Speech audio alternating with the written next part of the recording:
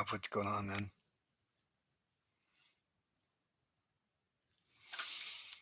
I had the house to myself and decided, hey,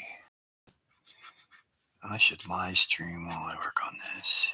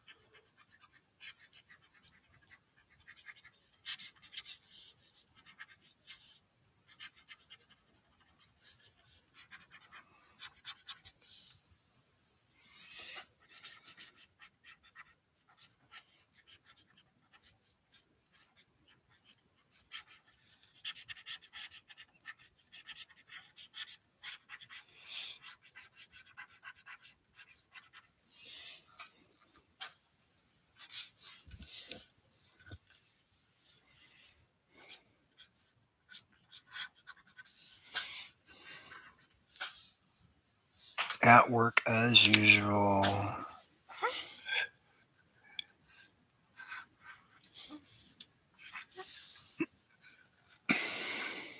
Well, what are you going to do? There are definitely advantages to that whole steady job thing. Yeah, I did the whole career in art thing, and yeah. Sometimes you're like, why couldn't I have just worked at a gas station or something?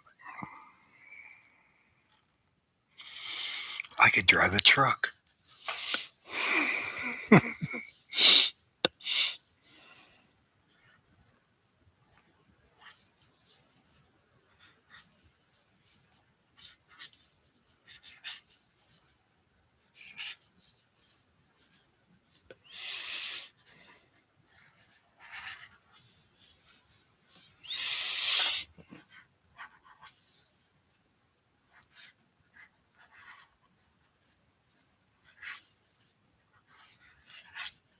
Take that right off of there. Not too while we're at it. So it'll all go on another layer. Shit, let's take it all away.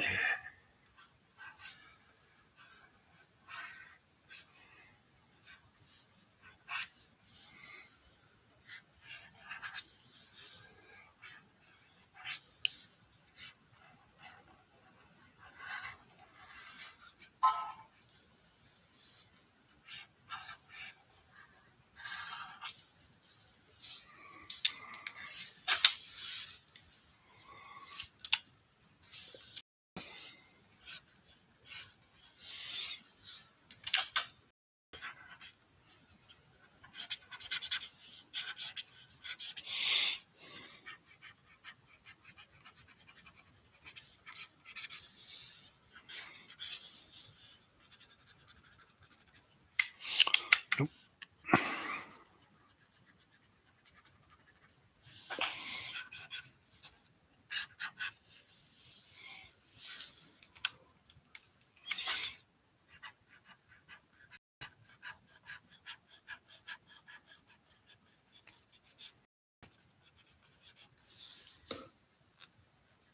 Hey, thanks, man.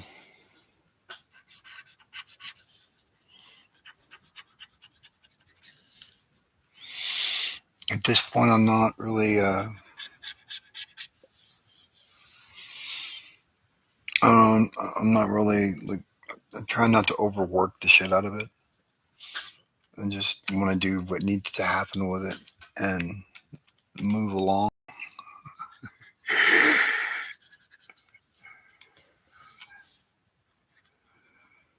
Not quite at the tired of it stage where it's like, ugh, I don't even want to work on it anymore. But yeah, I see the finish line, and I'm like, cool. I'll have this done soon, and I will probably go silent with art for for a little bit digitally anyway, as I get the computer figured out or not. And then the plan is I'll take that time to write.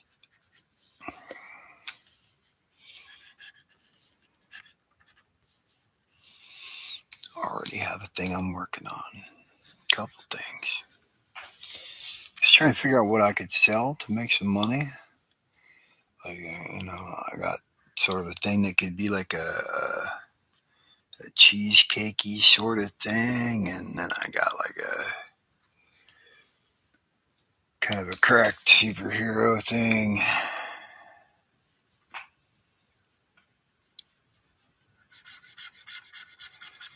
I don't know. I wouldn't really call it a superhero thing, though.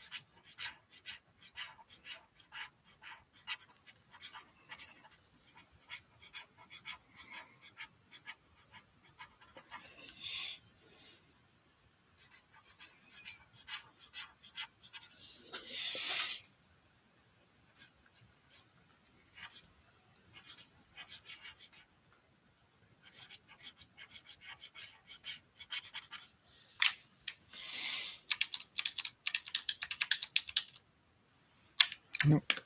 I'll come up back to there. All right.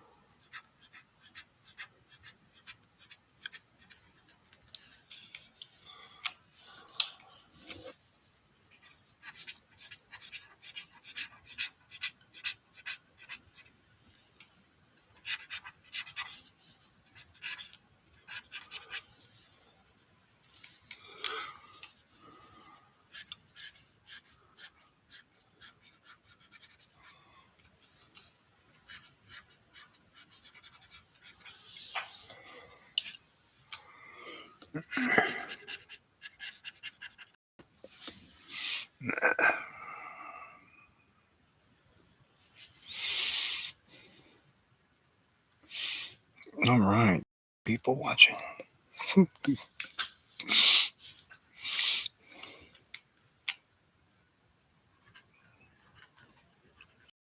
Kid, very special interest. I don't pick a good time of the day to do these things.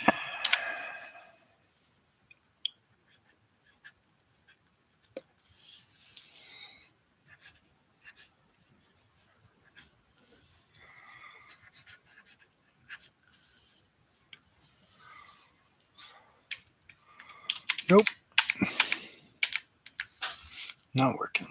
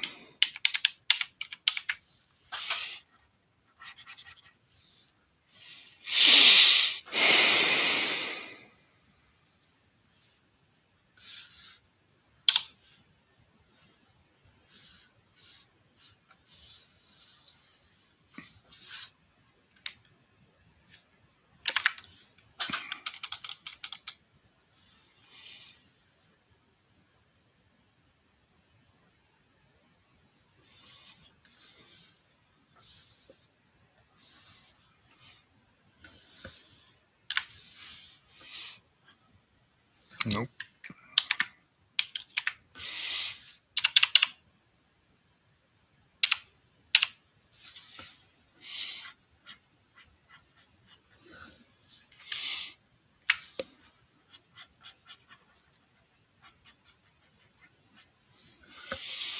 This is just too long.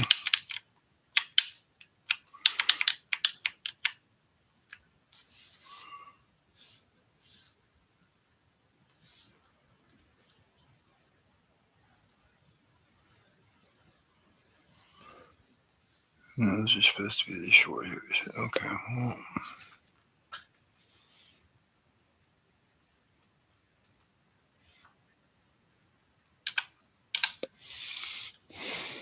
Let's see that.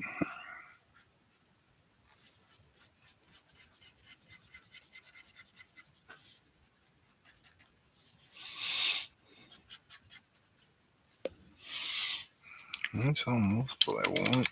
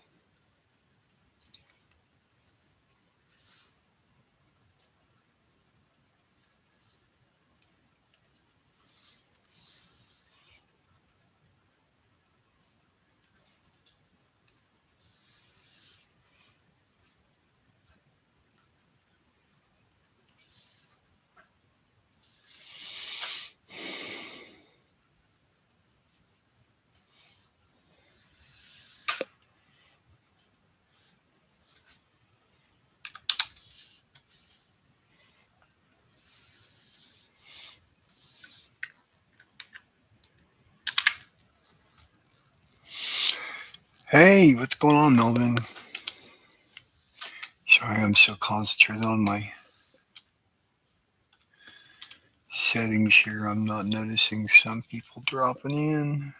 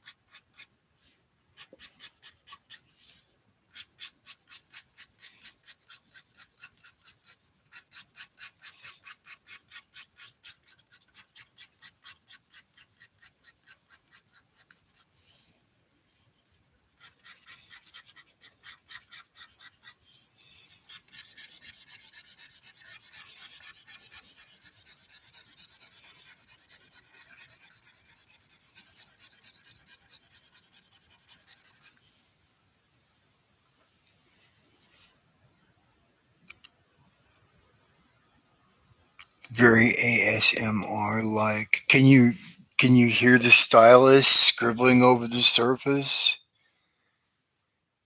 I don't know if the mic's picking that up or not. That is going on.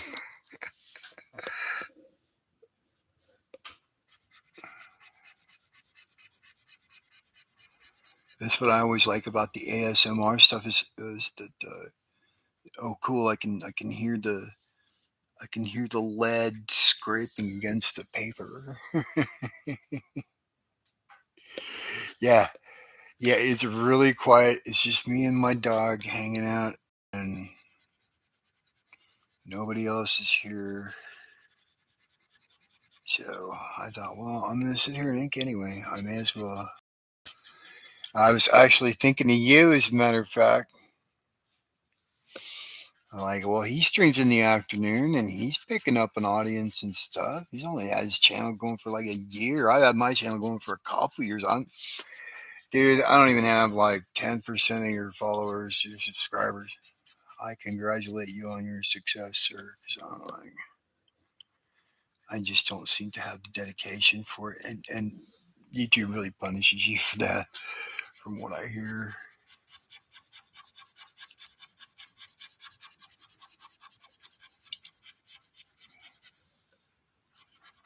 They don't mind if you only post once a week, but it better be every week, damn you. It's like,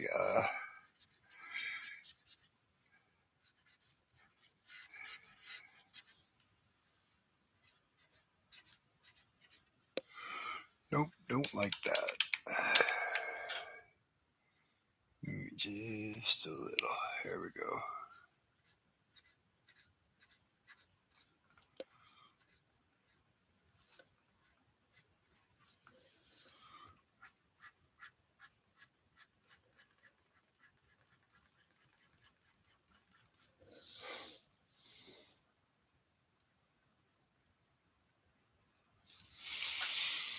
Well, I definitely fit into the only slightly committed category.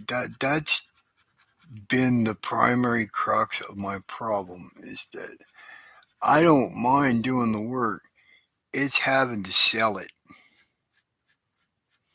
It's having to get my name out there and promote it and all that crap. I just want to sit and do the work.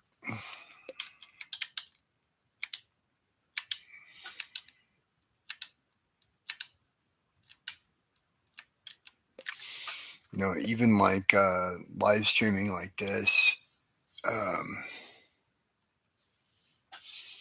I don't always feel like I do my best work because I'm so busy trying to interact with people. I mean, that's what it's about, but at the same time, I don't think it serves the piece always. And I don't like that idea either. So I don't know, I'm trying to figure out a way. Maybe I'll start to, if I can figure out a way to get some music behind me, I'll do some silent streams.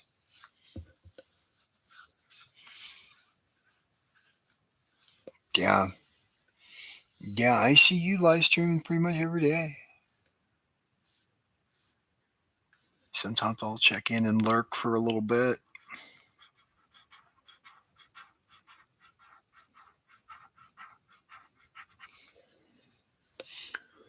before I remind myself that the art doesn't get done by me watching YouTube. I've got so much of that guilt programming left from years of professional work. It's like I swore off video games when I was like 24. Yeah, I haven't played video games any consistent way whatsoever.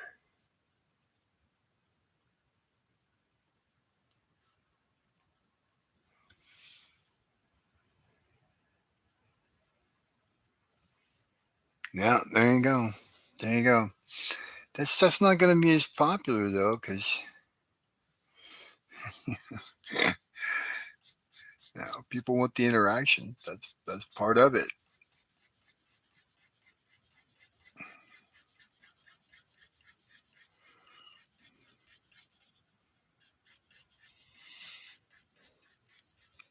Shoot, I know people that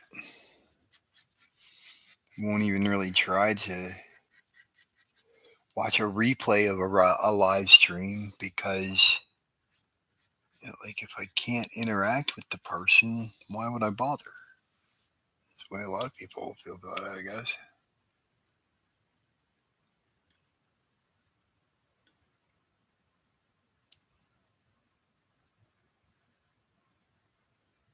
That's cool.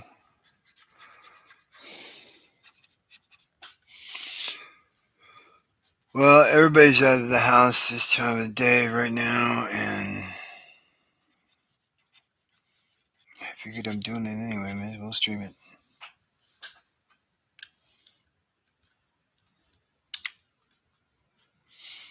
Somebody watch it.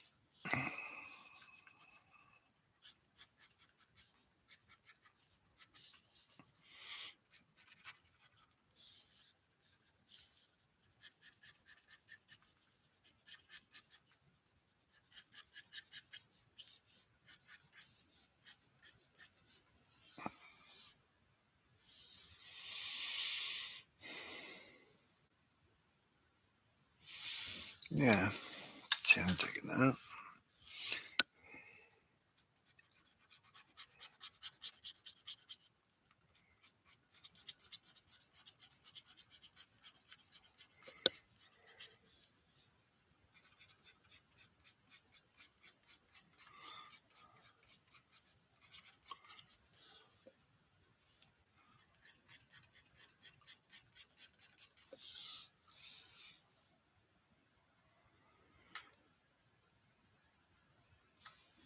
Hey, thanks, man. Well, see, now I'll do more live streams even when I think people are watching. Like, maybe people will rewatch it. I don't know. Never know. I've been thinking about a series. I've had a lot of people talk to me and approach me about the idea, like, maybe you should do something about teaching people to doing some inking lessons kind of thing. And I do notice I don't see a lot of people out there.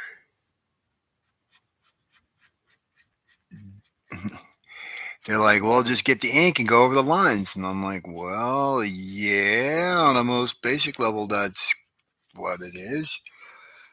You know,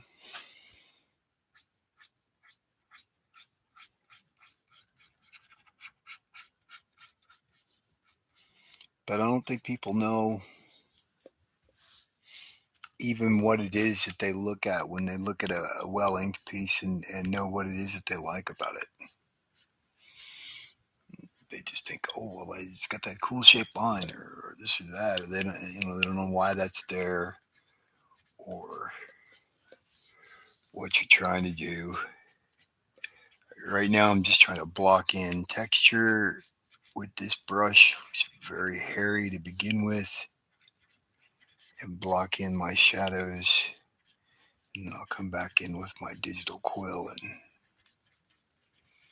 touch it up a little bit. Probably come in some white.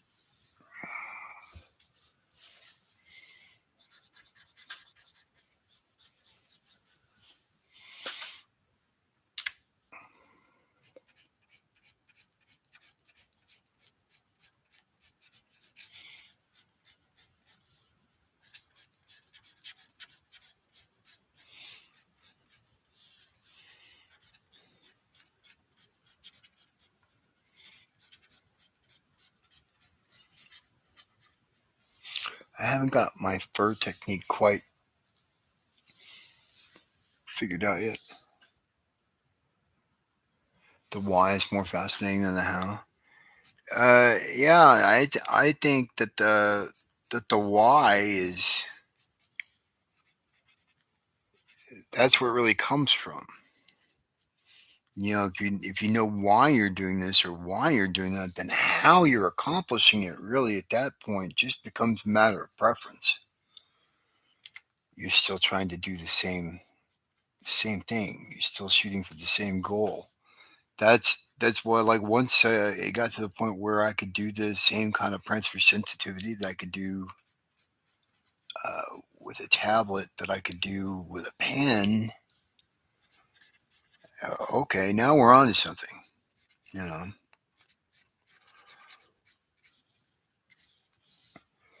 And the nice thing about it is with digital too is unlike analog inking, and I did a lot of analog inking.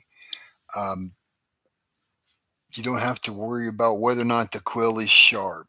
You don't have to worry about whether that little split there in the nib is dead in the center.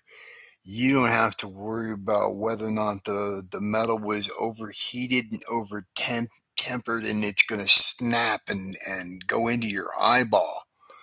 I know of a guy that had a nib snap on him mid page, and and if he hadn't been a guy that already wears glasses, he probably would have taken an eyeball.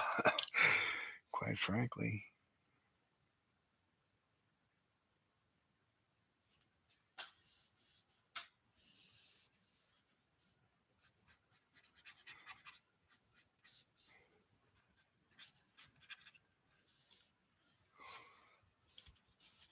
there was a time and a place where I thought that you know I would never ink with anything else except a quill and a brush, but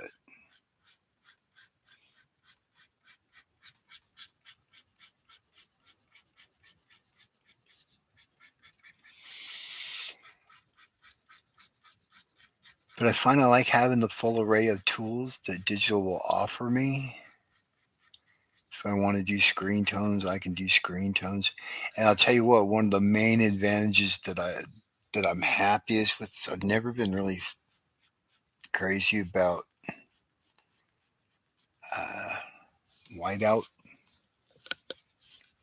when you're using analog tools. I understand that there's this stuff. I'll have to try it and see before I rant and rave about it. But I understand that there is this stuff out there that's like the legendary whiteout that you've always heard about in all these interviews with all the old timers and stuff. Oh, you just put a coat of white over it, let it dry, and then ink right back over it. No fuss, no muss. And for anybody who's really tried a lot of what I'm talking about, it's not that easy. It's just not that simple. Some kinds of paints cover better than others. Some paints you can ink back over with a brush, but you can forget it with a pen. Uh, you know, and I've even tried that stuff where you get like, I don't know, they used to talk about Wally Wood, and he would get an electric eraser and get the ink removing eraser plugs to stick in it, and then lift it right off the page, and then you don't have to worry about damaging the page or anything like that. And it didn't work out as I don't know. Maybe I wasn't doing it right, but it wasn't working like that for me. Sad to say.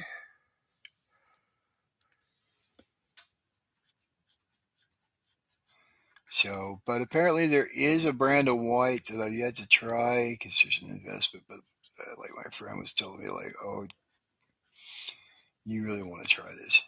It's what you've been looking for. It's what they say that Pro White does in the books. Like really? No bullshit. I tried a lot of whites and they all suck.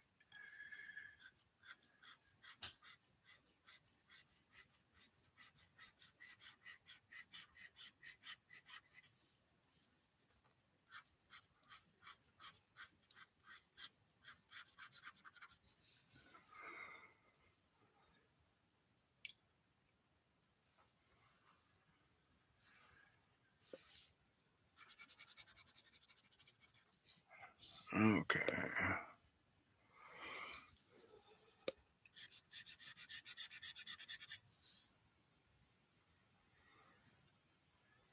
No, take that out.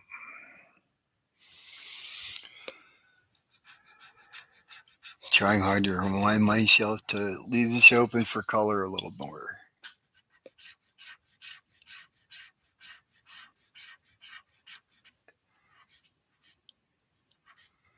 Because my understanding is it's going to be colored.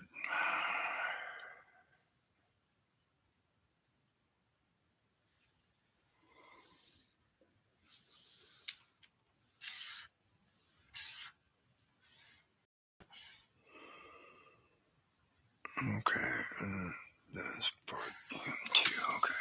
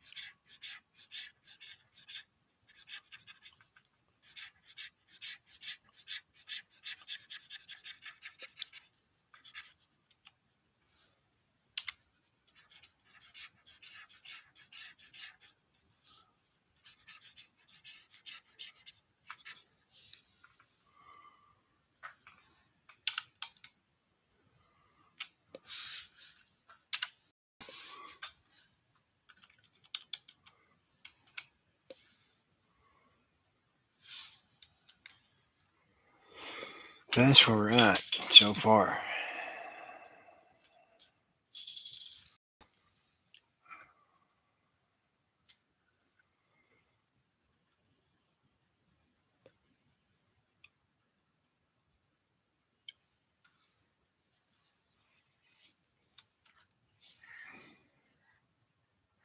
I haven't even tackled anything on this side yet.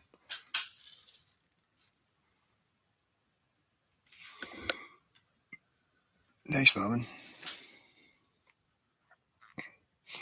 Yeah, each one of these characters is in its own folder. Yes, this is the cover. This is the cover I'm working on.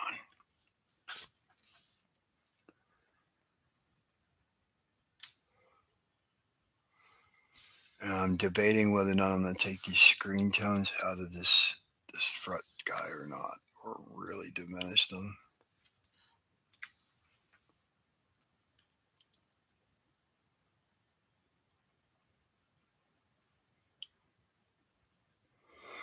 I don't know. My instinct is always to, especially when somebody else is going to color or when it's going to be, I don't know, whether it's in black and white or whether it's in color. I've always got this tendency to want to really come in and overwork it to where there's, no mistaking,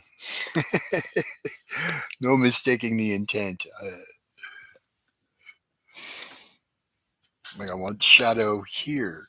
I'm going to make it very evident.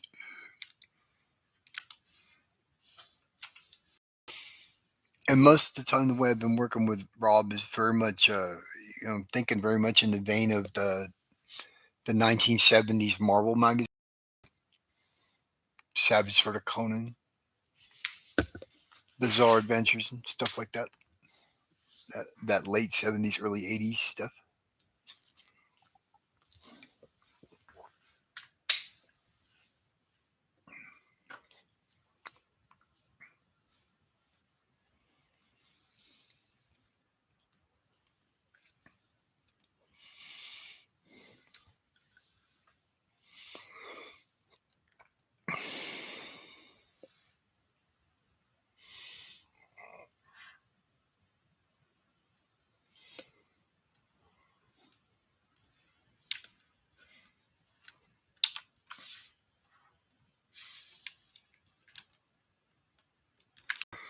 But yeah, I create a folder for each character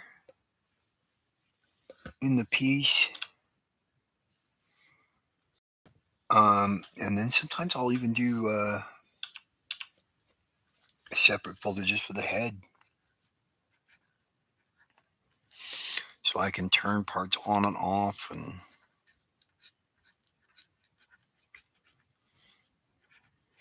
work on some parts without being distracted by others.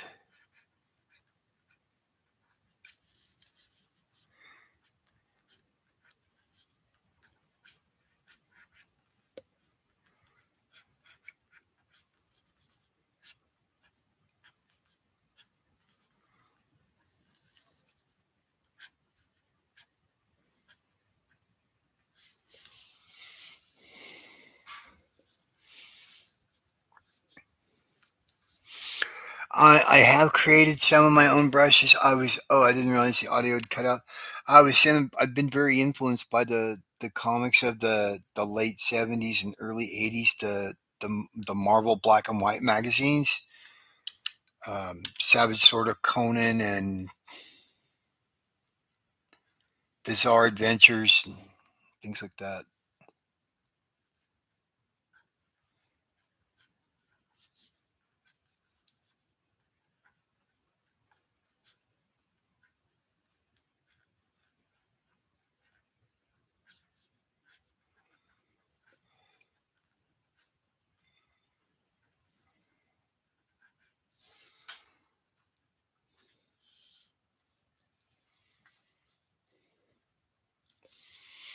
I liked that stuff when I was a kid because I was always trying to do stuff.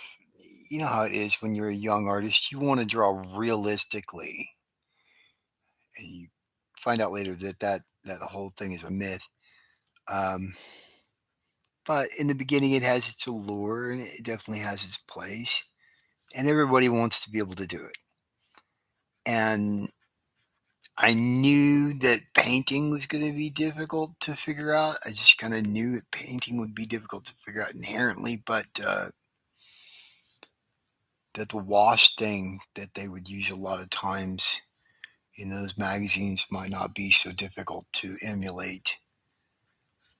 So a lot of my early experiments were with stuff like that, just because I didn't understand color. I still don't claim to.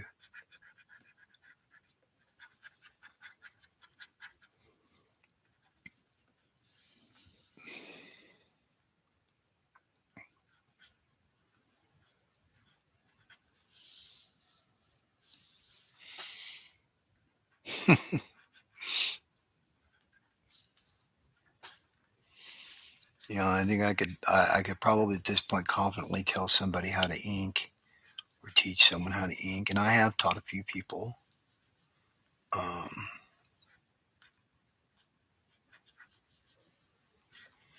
but beyond that, I wouldn't presume to teach anybody anything. I have inking figured out well enough to maybe give you a hand, but beyond that, forget it.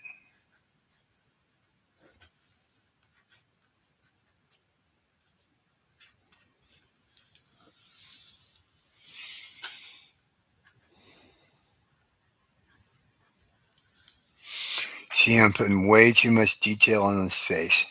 By the time we look at this whole piece, boom, it turns into a squiggle. But I can't help myself. I've always taught that people's eyes go to the faces and to the hands. And I'm an inker, very particular about, I want to make sure that the hair looks good. Um,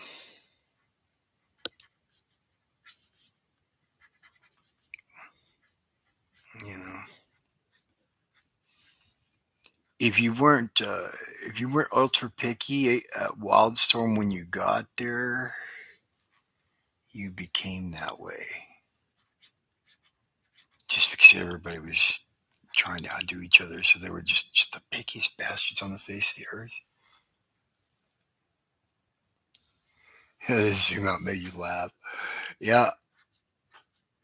Well, and normally I don't do too much of that kind of thing. I do, keep an eye on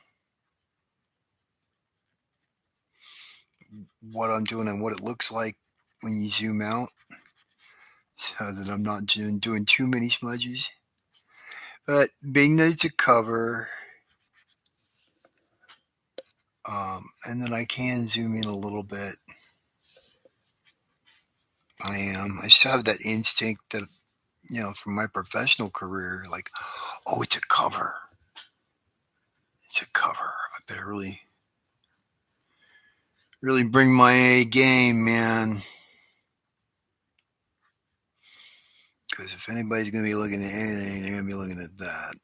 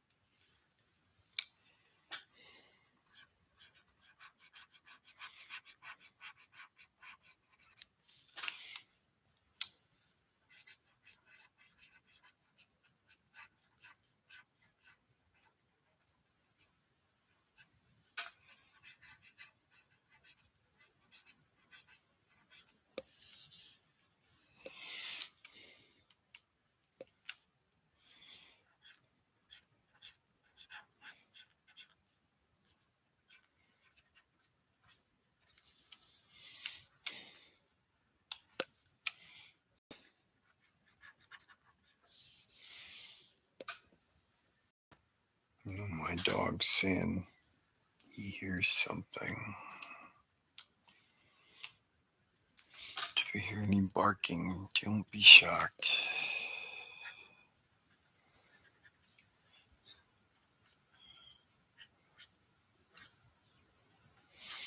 It's okay, Marvin.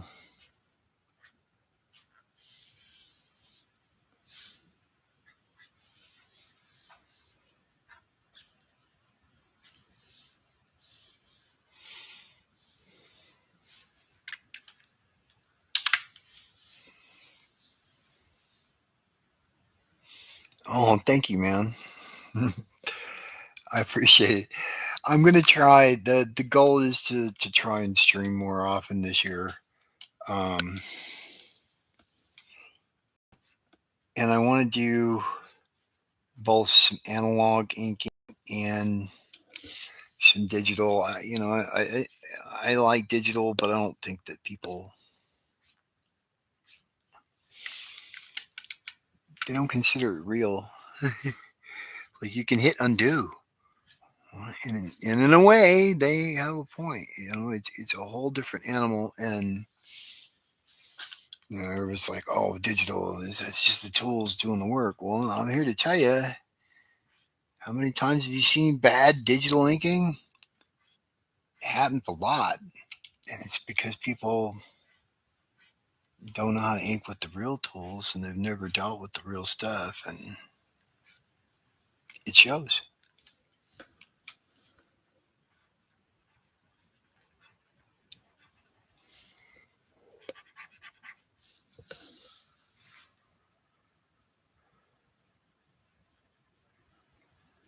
Yeah, yeah, like digital.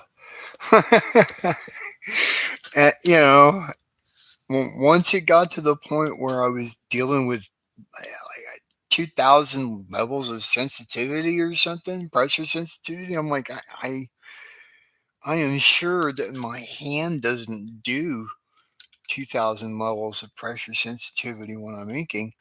So I think that'll be enough. I just never worried about it too much after that. And once I got past the learning curve a little bit, I started getting results that I liked. And then you find other little things that, like, oh, well, like back to those 70s magazines and stuff. I'm like, I've always wanted to mess with Zipatone and stuff like that. But at Wildstorm, they would never let us because I guess if you scan Zipatone, it can cause moire patterns on the scan, which like really distorted looking. It's like the when the dot patterns clump up and start to make little fractal patterns almost. Um, so they didn't want us to use it, so I never got a chance to really play with it. And then when I started digitally doing stuff, I was like, whoa, in control of the final output. So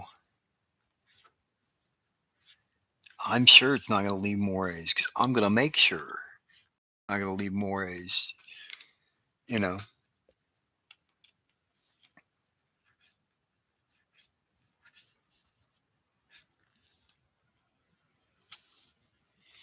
you don't have to worry about scanning it because it all happens inside the machine anyway.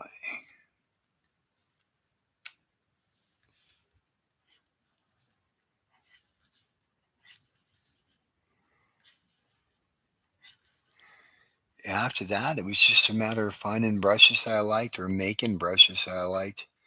Like this brush that I'm using right now is one that I made based upon an interview with Klaus Janson talking about the brush that he was using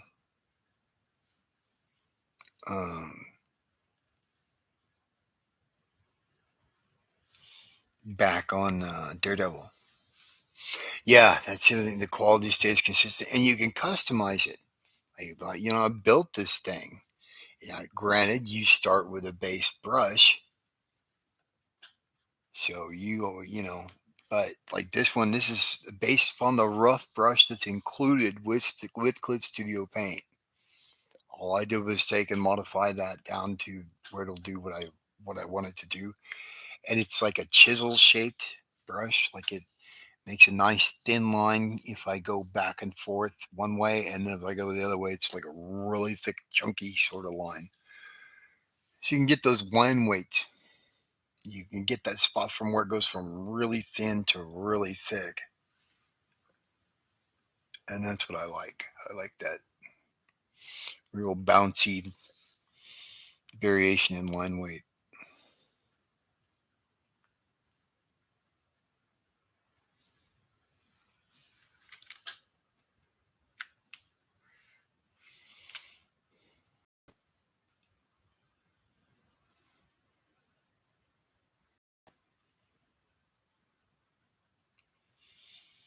Yeah. Well, once I messed with it myself, and it's like, okay, it even got to the point where the feel of it was different with different tools. Like it's all just the stylus against the glass, but it begins to react the way the real thing does, and it really starts to blur the lines in your head of, you know, I'm going to date myself now. Is it live or is it Memorex? You know,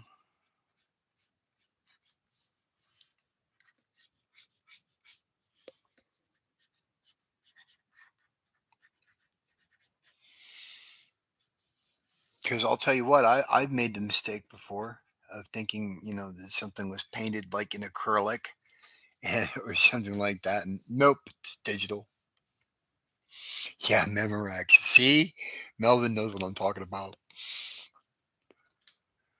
That's a deep cut though. The kids these days, they don't even know about CDs, let alone cassette tapes. Are you kidding me?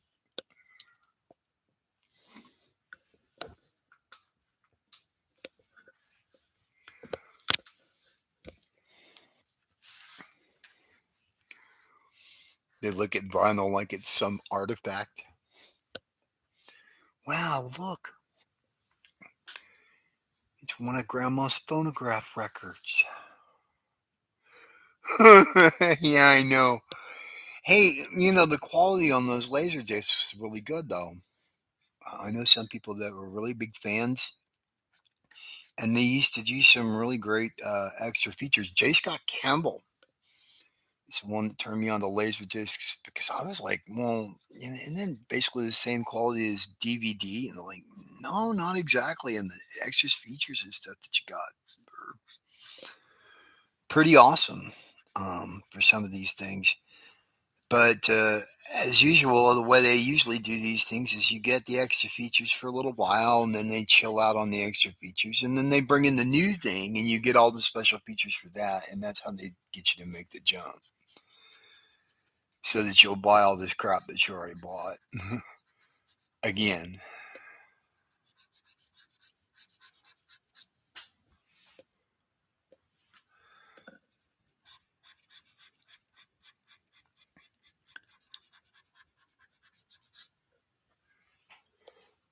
Spend a few decades abusing people's good nature with business practices like that, and look up one day and go, geez, why is it everybody's pirating our stuff? Nobody wants to give us money. You guys are greedy jerks. I'm sorry. We all got together, consumers, and we agreed. These are a bunch of greedy jerks.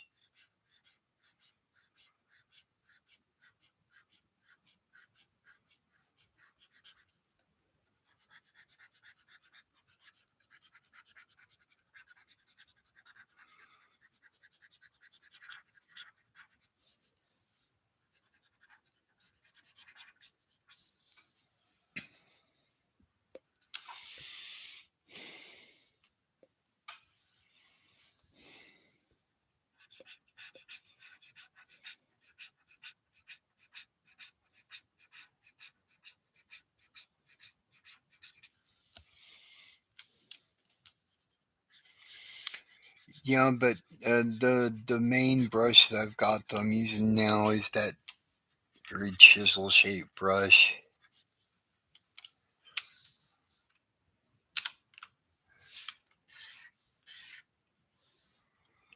and that seems situations. And then I have a couple quill pens after that that I use for like I don't draw any leaves or grass or vegetation or any of that kind of stuff that you see in my work. Like even that one where the guy's like that you've seen on Instagram where the guy's getting smacked and he's like a full thing and it's jungle all around him and everything else. Like, man, that must have taken forever. Yeah, well, it probably would have if I'd had to draw all those leaves, but I did not. I had a brush that would help me with that. That's one of those things I like about digital too.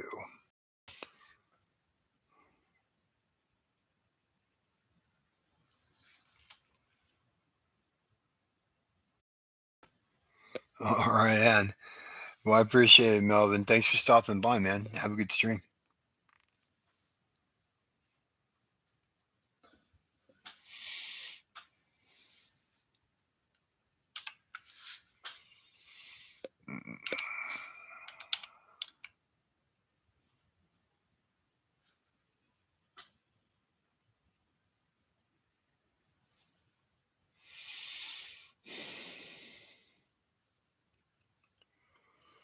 Okay.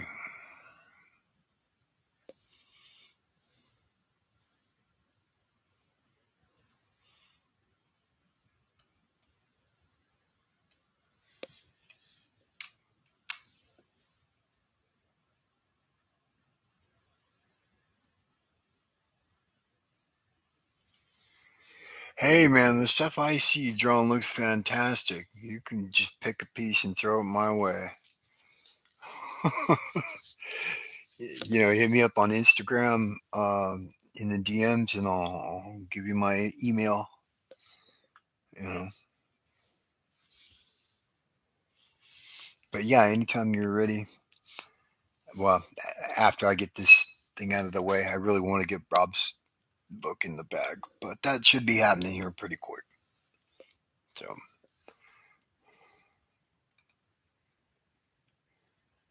hey, I think I'm going to wrap up here too. I've been on here for a minute. I'm going to go and get some food. It's time for lunch. So, but yeah, I'm trying to get a character or two done each day until this thing's done. Discover and then get a page wrapped up each day too of the interior. Anyway, thanks for joining me. Listen to me blab and all that good stuff. And we'll talk to you later. Have a good one. Bye.